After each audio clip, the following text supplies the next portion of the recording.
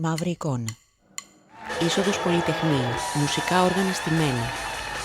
Άδειος χώρος. Διάδρομος Πολυτεχνείου. Στημένα τραπέζια και καρέκλες. Πολλά επιτραπέζια ανοιγμένα. Άδειος χώρος. Αμφιθέατρο Α. Άδεια σκηνή και άδειες καρέκλες. Άδειος χώρος. Αμφιθέατρο Β. Πανοραμική θέα χώρος. Άδειος χώρος. Προαύλιος χώρος Πολυτεχνείου. Άδειος χώρος. Προβολή ταινίας σε αμφιθέατρο. Άδειος χώρος. Οι φοιτητικές πολιτιστικές ομάδες απειλούνται από εξαφάνιση όλο και πιο έντονα, ύστερα από πολλαπλές απαγορεύσεις, απειλές, προσαγωγές και συλλήψεις, εξαλείφοντας με αυτόν τον τρόπο τις δράσεις που εδώ και τουλάχιστον μισό αιώνα έδιναν ζωή στο κάμπους μας. Λέμε όχι στην έκρωση των πανεπιστημίων μας.